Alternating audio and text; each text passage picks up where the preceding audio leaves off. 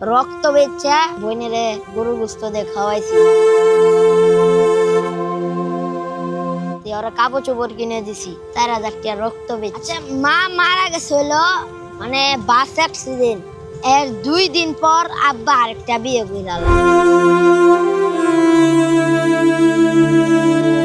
আচ্ছা, তুই বিয়ে করবি ভালো কথা, 1-2 বছর পরে কর বিয়েটা। মা মারা গেছে 2 দিন হবো না বিয়ে কইরা লাইছে, আমার তো এটাই কষ্ট লাগলো। কিন্তু আবার সৎ না, সব কাম আমার দিয়ে করাইতো। 2 দিন 3 দিন এর বাসি ভাত ছিল না, কি করাম, পেটের খিদেতে পেট ফাইটে যাইতো গা।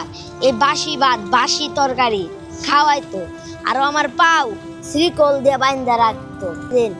মানে অ্যাক্সিডেন্ট হয়েছিল, মানে সিগন্যাল আবার অসংখ্য সিগন্যাল ছিল না, পরে আবার সিগন্যাল দিছে, পরে রানিং একটা বাসায় মাইরে দিছে।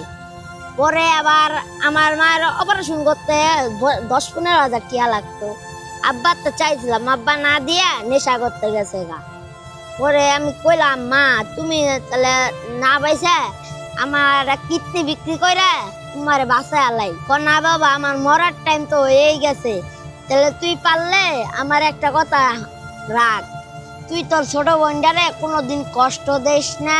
বার সৎমা প্ল্যান কইরা আঙ্গ 2 বোনেরা আর আমার বাসাতে বাই করে দিল।